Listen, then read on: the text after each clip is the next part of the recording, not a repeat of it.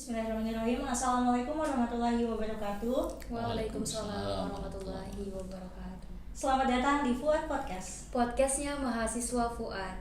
Baik, kali ini kita kembali lagi untuk bincang-bincang santai atau bisa. Dan kali ini kita kedatangan tamu yaitu dari program studi Sejarah Peradaban Islam, yaitu Bapak Husni. Muhammad Husni. Bapak Muhammad Husni. Iya.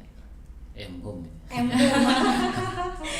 Apa kabar, Pak? Alhamdulillah baik. Sapa dulu dong, Pak, subscriber kami. Halo. Iya.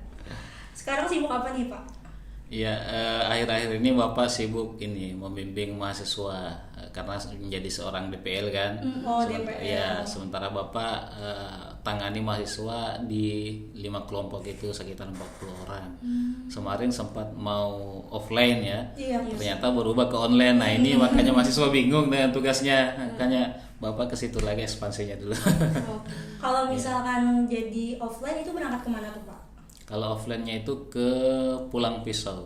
Pulang Pisau, Ya, tapi gak daerah-daerah jadi pelosok, jadi nggak online jadi, ya, Pak? iya. Ya, mau gimana lagi kan karena Covid kita ini Iya. pandemi semakin ya kita melihat petanya Palangkaraya masuk Pulang Pisau itu zona merah ternyata ya. Iya. Dan sekarang masih PPKM nih, bahkan Level diperpanjang. Iya, itu makanya. Apa aja tuh, Pak, dampak yang Bapak rasakan dari PPKM? Ya, dampaknya sih kalau misalnya ya secara mungkin kalau kami ya kita sebagai seorang pekerja yang jelas per bulannya ya karena digaji pemerintah ya mungkin dampak lainnya cuma dampak-dampak sosial saja ya misalnya hidup bertetangga itu kan dibatasi kita ya. Dengan mahasiswa dibatasi, dengan pekerjaan dibatasi. Nah, itu dampaknya. Dampak gerakan kita lah ya yang semakin dibatasi gitu. Semakin dikecilkan Iya. gitu. Apa-apa juga harus virtual. Ngomong-ngomong bahas tentang virtual nih mulai ramai nih, Pak. Kayak kegiatan-kegiatan virtual misalkan kayak webinar yang berhubungan sama Muharram. Kan bertepatan nih besok 1 Muharram kan, Iya, Pak? insyaallah. Sebenarnya Muharram itu harus dirayakan nggak sih, Pak? Ya, sesuai dengan momentum ya Muharram insyaallah besok tahun masuk tahun baru Hijriah 1443 ya atau dalam tahun baru Islam. Bagaimana sih kita seorang pemuda menyikapi hal ini ya?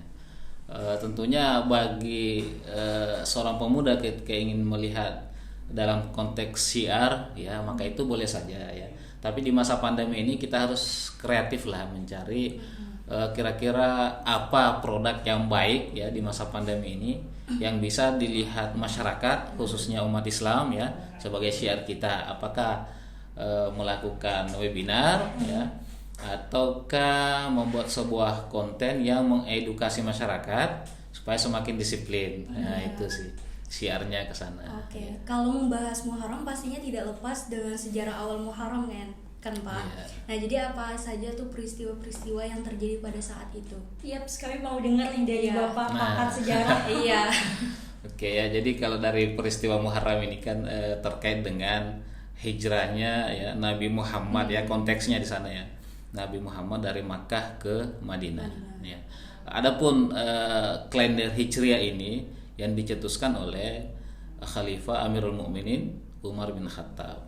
Nah, pada saat Umar bin Khattab ya yang kemudian mensahkan bahwa kita menggunakan kalender Hijriah bukan lagi menggunakan kalender Muharram ya.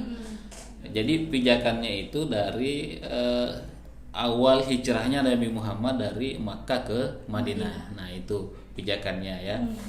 Kemudian ya kita tahu bahwa sejarah Nabi Muhammad hijrah dari Makkah ke Madinah itu karena beberapa hal ya diantaranya misalnya Islam ya tidak bisa lagi ditegakkan syariahnya di Makkah pada saat itu karena tekanan orang-orang Quraisy ya.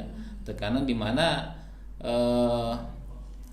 syariat-syariat yang telah Rasulullah sampaikan ya di Makkah pada saat itu bukannya didukung tapi malah semakin dimusuhin ya sampai kemudian keluarga dekatnya yang paling memusuhi sampai kemudian kan Rasulullah memberikan arahan kepada para sahabat untuk bisa mengambil tindakan lain untuk menyelamatkan agama ini yaitu dengan cara hijrah. Nah, hijrah pertama itu kan ke Afrika yaitu ke Raja Najasyi itu ya, bertemu dengan Raja Najasyi, diterima. Kemudian hijrah keduanya Nabi itu adalah ke Thaif ya, untuk menyuruhkan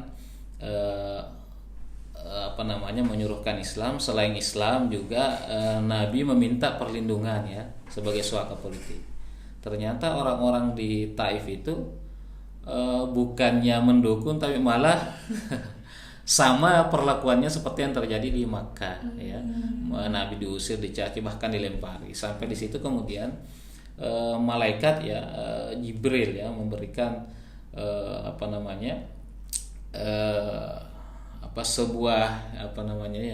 memberikan sebuah solusi kepada Nabi Muhammad, bagaimana dengan penduduk belakang ini, apakah Nabi mau mendoakan mereka untuk binasa sekarang ini ya, ataukah seperti apa? Nabi mengatakan jangan ya, biarkan mereka seperti itu, nanti anak cucu mereka lah yang akan kita sadarkan.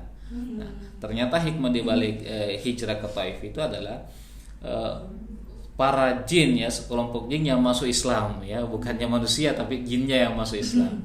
Tapi ya itu hikmahnya ya. Kemudian setelah itu Nabi menunggu ya, menunggu lagi instruksi dari Allah langsung kapan dia hijrah ke Madinah ya. Nah, sebelumnya sahabat Abu Bakar As-Siddiq juga sudah mau berangkat hijrah ke Madinah ya, minta izin kepada Rasulullah, dan Rasulullah mengatakan tahan dulu wahai Abu Bakar, kita tunggu dulu instruksi dari Allah ya. Saya menunggu izin ya dari Allah ini. Kemudian Abu Bakar mengatakan, oh wahai Rasulullah, apakah engkau juga menginginkan hijrah? Nah, ya, iya kan, masa enggak itu. Tapi saya nunggu dulu izin ini kan dari Allah. Nah, setelah dapat izin, baru kemudian Abu Bakar bersama Rasulullah hijrah ke Madinah. Nah, ini akibat tekanan-tekanan di sebuah tempat ya. Jadi kalau kita katakan, apakah sekarang ini konteks hijrah masih ada ya? Konteks hijrah masih bisa kita lakukan ya. Nah, secara bentuk ya, hijrah ini terdapat dua hal ya. Yang pertama hijrah secara fisik, kemudian hijrah secara maknawi atau sifat itu ya. Nah, hijrah fisik ini kapan bisa kita lakukan ya? Ketika kita tertekan dalam sebuah wilayah ya, misalnya wilayah ya, atau negara ya. Nah, kita tertekan ya menjalankan syariat ya. Kita tidak bisa hidup dalam beragama. Nah, tentunya sebagai salah satu solusi adalah kita diminta untuk berhijrah, meninggalkan tempat yang jelek itu ke tempat yang lebih baik. Nah, itu. Nah, tapi kalau misalnya pribadinya saya di sini saja, saya ingin mewarnai masyarakat di sekitar. Nah, lebih bagus lagi kalau dia mampu bertahan, karena ada juga dalam sebuah riwayat bahwa kalau misalnya hijrah ya, kalau misalnya umatku setelahku ini ya, tidak ada lagi hijrah yang model Rasulullah ya pada saat itu ketika meninggalkan Makkah ke Madinah ya, maka hijrah setelah itu tidak ada lagi seperti model yang dilakukan Rasulullah. Tapi ketika ada umat yang mau melakukan itu karena tidak tahan dalam sebuah wilayah atau desa misalnya, ya boleh saja ya, artinya biasa saja sebagai mengikuti Rasulullah. Kemudian hijrah yang kedua yakni hijrah maknawi. Dalam hal ini bagaimana kita bisa hijrah dari sikap kita ya, momentum Muharram ini ya. Mungkin ada sifat-sifat kita yang kurang baik, ya, penyakit hati yang sebelumnya banyak bergosip ya. Nah, itu momentum perubahan itulah di bulan hijrah ini, 1 Muharram ini, bagaimana kita kembali kepada momentum tersebut atau menjadi refleksi ya, refleksi kita ya, untuk bercermin kembali ke peristiwa hijriah. Apalagi bulan Agustus ini kan mendekati juga ya refleksi hari kemerdekaan ya. Itu satu tempat 1 bulan di bulan Muharram. Nah, ya itu apalagi selaku seorang pemuda-pemudi ya. Nah, ini kesempatan yang baik, apakah misalnya menjadi bulan Muharram ini atau tahun baru hijrah ini sebagai momentum introspeksi diri ya, muhasabah ya, memperbaiki diri, memperbaiki tingkah laku, kemudian memperbaiki mungkin nilai akademik juga ya. Apalagi yang baru semester 4 ya silahkan ya. Yang semester akhir ya silahkan menjalankan tugasnya dengan baik, karena yang namanya mahasiswa ya, mau tidak mau terkadang kita ada titik jenuh ya tersendiri yang ada pada diri kita. Betul. Ya mungkin di titik jenuh itu mungkin pas dosen melihat, wah kayaknya ini anak rajin saja ini. Pas hari itu nggak bisa, artinya dosen memiliki persepsi lain, kenapa mas ini gini-gini. Itulah mungkin titik jenuh seseorang ya. Artinya dari titik jenuh itu ya seyogyanya kita harus bangkit lagi, jangan berlarut-larut, berleha, jangan sampai kita ternina-bobokkan di situ, kita lupakan tugas akhir skripsi ya. Apalagi habis KKN itu paling enak itu meninggalkan tugas-tugas. Kenapa demikian? Karena tidak ada lagi perkuliahan secara teori ya, di kelas nggak ada lagi, paling ada praktek dan sebagainya.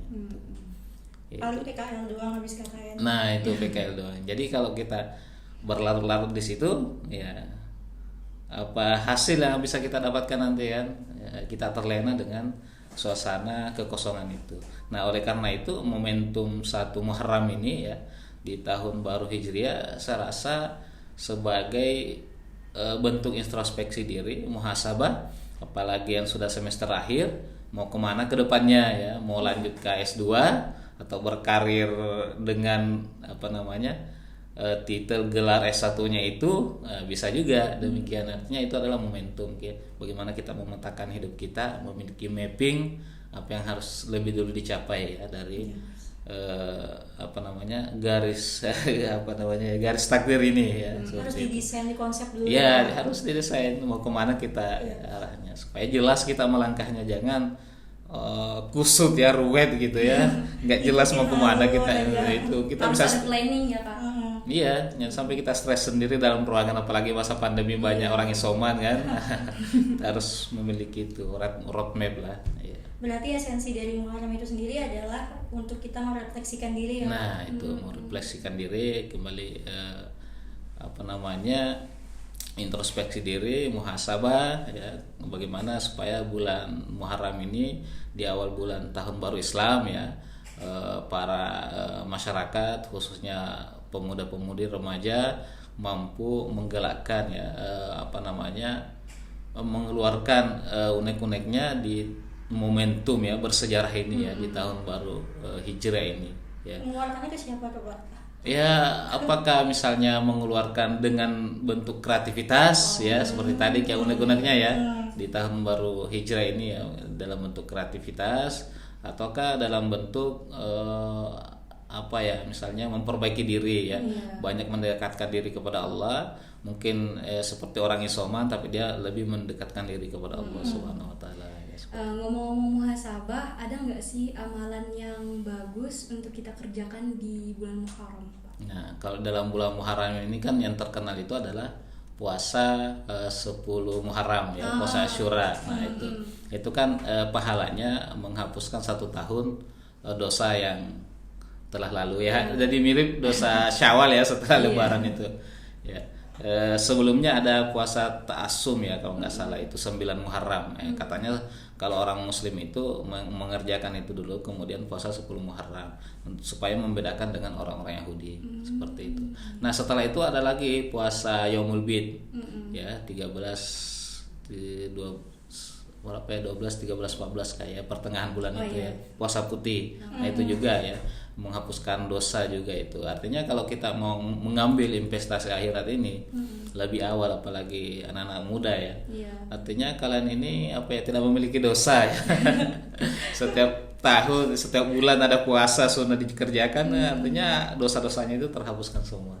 Artinya kalian bisa memberi syafaat kepada keluarganya, orang tuanya untuk masuk surga nantinya ya. Walaupun artinya sikap-sikap yang kita yang jelek itu mungkin perbuatan-perbuatan yang kecil ya, tapi jangan dianggap remeh juga ya, seperti misalnya gosip atau apa dan sebagainya, kita anggap kecil tapi jangan dianggap remeh ya, tapi cukup menghapus dengan banyak istighfar. Itu kan yang diajarkan oleh baginda Rasulullah SAW. Iya. Seperti itu. Jadi pesan dari Muharram sendiri adalah kita jadikan sebagai ajang untuk kita merefleksikan diri, di mana dari hasil refleksi diri itu kita harus meningkatkan lagi apa aja nih yang belum kita lakukan, atau misalkan yang kita lakukan udah baik, harus kita maksimalkan lagi gitu kan. Ya, Pak? betul sekali. Ini daging banget nih informasinya dari pakar sejarah langsung, bahkan dijelaskan tentang Muharram itu betul-betul detail. Biasanya kan kalau kita cari paling kayak dapat sebagian-sebagian aja. Iya. Makasih banget Pak infonya. Ya, sama-sama. Dan nanti kapan-kapan main lagi ke Fuad Siap, Podcast. Makasih juga telah meluangkan waktunya. Baik, itulah tadi bincang-bincang santai kita dengan Pak Husni. Saya Amala Dan saya Ulfa. Kami pamit undur diri. Wassalamualaikum warahmatullahi wabarakatuh. Waalaikumsalam. Waalaikumsalam warahmatullahi wabarakatuh.